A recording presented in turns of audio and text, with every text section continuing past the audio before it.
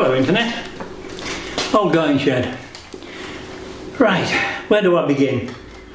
Been doing a lot of riding again because the weather's been good. And last week we went off to Pendine Sands. Good ride, good distance. Thoroughly enjoyed it. Saw a lot of the hot rod types. Really good. Recommend it.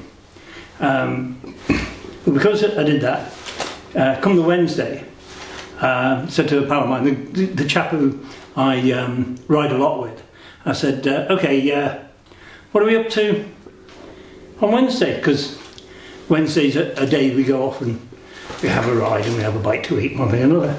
He said, I said, I think we need a break from riding all the time. I said, okay, what do you want to do? And he said, let's go to your shed and we'll do a bit of chatting and a bit of work in there. I said, oh, okay, that's fine. So he pitched up here.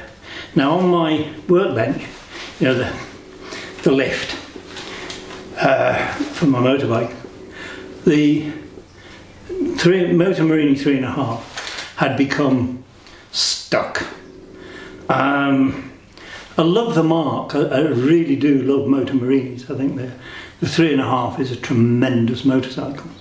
But this particular bike, I have had nothing but apathy for, no real eyes for it, lacked enthusiasm, really didn't know where I was going with it. And I'd got to a point where I got the starter motor working, which was, boss. And because I'd rebuilt that with another pal of mine, and we put new brushes in that we had to file and make and blah blah blah. Anyway, all works. So it was a scruffy little devil. So I decided I'm going to do it up a little bit, but I'm really not in the mood for engine out and, you know, and work. Just not in the mood for it. Notwithstanding, not got time for it. So I thought, well, I'll tell you what, I'll take the front mudguard off and the side panels and the tank and the rear tailpiece and the rear and just spray them, put them back on. So I'd done the mudguard and, well, I got the mudguard off, got the tank off, got the side panels off, and he pitched up to give me a hand. Well, he didn't pitch up to give me a hand on that specifically. He pitched up and said, right, what should we play with? And I said, well, I've got this on the bench and struggling to get enthusiastic. And he said, well, let's have a look. And he started rubbing down the tank and we would. While he was in, what am I doing? So I did the mudguard.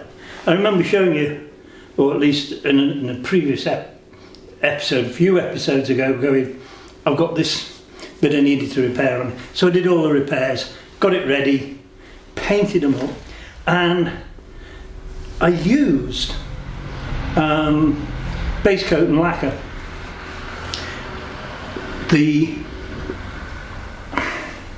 Because I wasn't really in the mood, I did it with the rattle cans.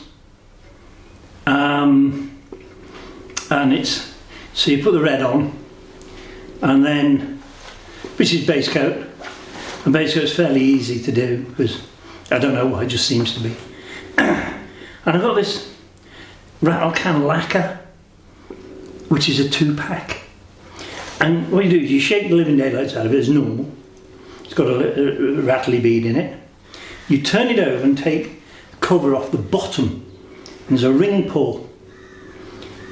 You pull that and give it another shake, and that's the hardener in the rattle can. And you give it a quick shake, and off you jolly well go. Well, I was doing this because I lacked enthusiasm, and I was absolutely amazed at the finish. I can actually say I was surprised at how good this 2-pack lacquer in a rattle can turned out. I'll show you in a minute, I'll give you a quick look at it. But I'm really pleased. I don't know if anybody else has had experience of this, but it is so easy to do. It's ridiculously simple. And so I thought, you know, it kind of makes my compressor a little bit redundant. It really does. Other than blowing tyres up, which is a bit of overkill because you can get these little tiddly ones these days. So for future reference, if you're just in a small job, obviously if you're going to do a car or something, you know, you wouldn't use rattle cans, you'd use a proper spray gun. But for sure, if you're doing a motorbike petrol tank, ideal. Out of the one can, I did the tank, the two side panels and the mudguard, and I'm pleased with the result. I'm not, I'll qualify that, I'm not pleased with my preparation of the mudguard in particular, but we didn't know that there's a little dink on the tank, didn't worry about it, I left the dink there, etc.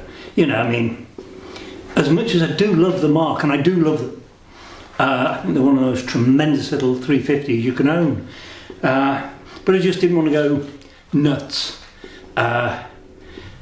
I might be regretting that decision, I don't know. But I went for a ride on it on Sunday. Pretty sure it was Sunday. Yes, it was. Went to a little show. You know, motorbikes, tractors, cars, etc. Stationary engines, and it ran superbly. I have noticed it's got a hell of a vibration after 5,000 RPM. Now, I don't remember any of my others having that, so maybe a little bit of investigation to do there. We'll see. We'll see. Let me just give you a little look at the bike now. I think that'd be a good thing to do. So here we have the little Morini. As you can see, here on the front mudguard, I didn't do a great job of repairing it or preparing it particularly, but it's not too bad. The finish for a rattle can, I think, is tremendous. Same with the tank.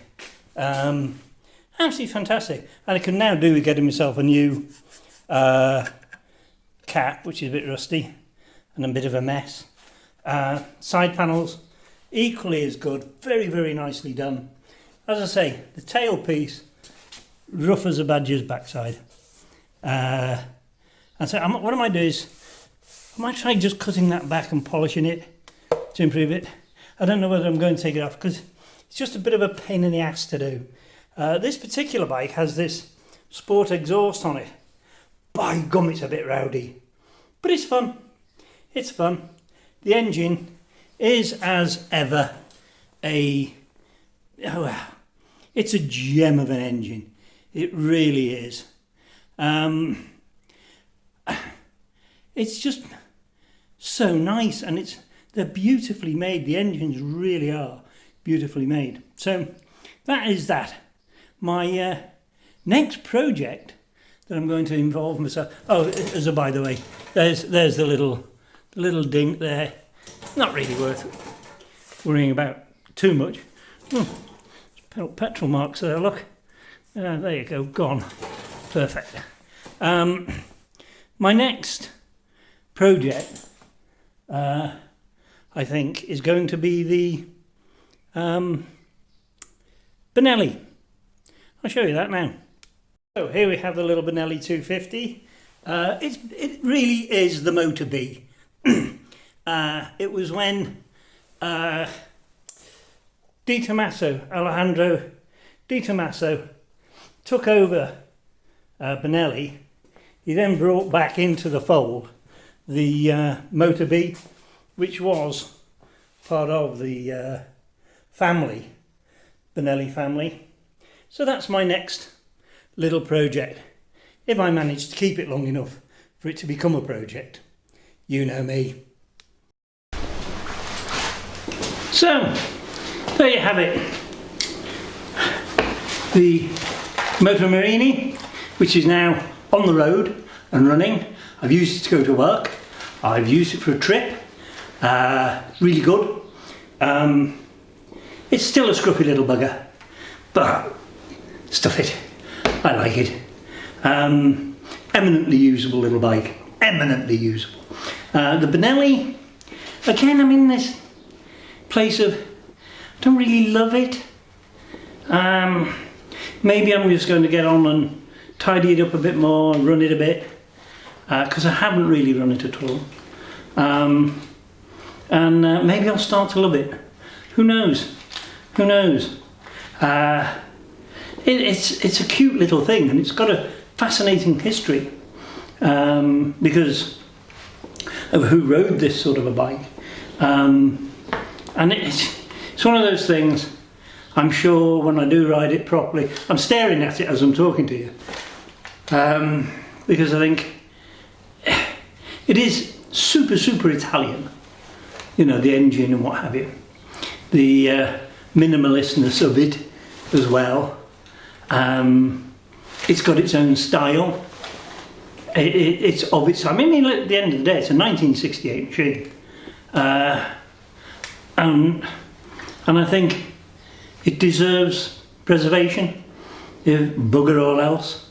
The seat has been seriously badly covered, and I think if I'm going to do anything, that is going to be one of the things I'll have to address. Looking at some of the paperwork, some of the history of this particular model, it actually had a single seat, and when I took this seat off to check, the underneath of it is original. You can see it's got springs, you know, what have you, but the cover is horrible. I don't know whether or not to make a single seat for it. I really don't. I think it looks lovely on the pictures I've seen with the single seat.